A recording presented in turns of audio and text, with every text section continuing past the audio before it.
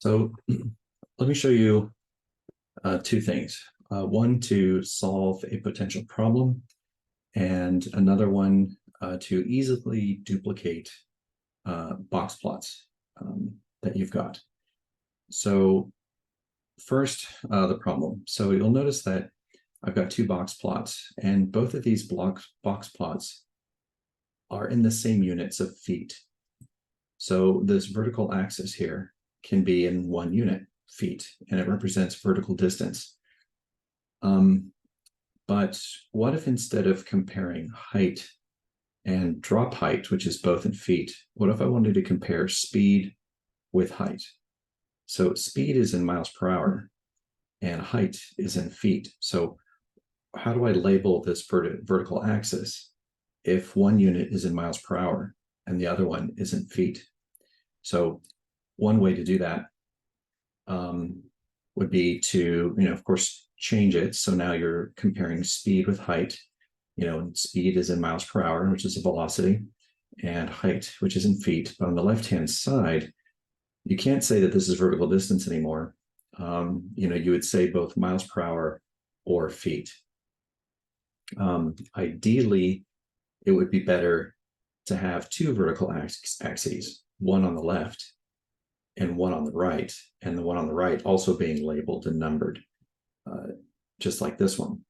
And so then you could make this left-hand vertical axis miles per hour only, which would relate to this box plot. And then if you could, you would make another one here on the right-hand side, which would be units of feet, and that would go with height.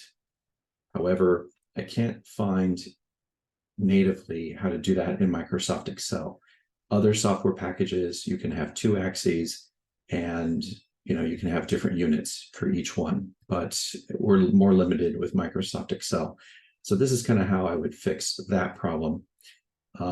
Or instead of combining them both into one figure, you could just create one figure for each separately. And so, here is just the speed box plot with miles per hour on this vertical axis.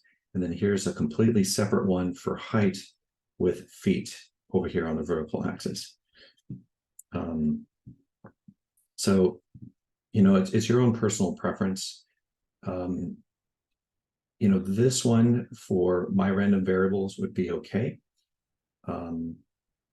But it is getting kind of hard to figure out what these values are, because this box plot is squished quite a bit because of the scaling here on the vertical axis.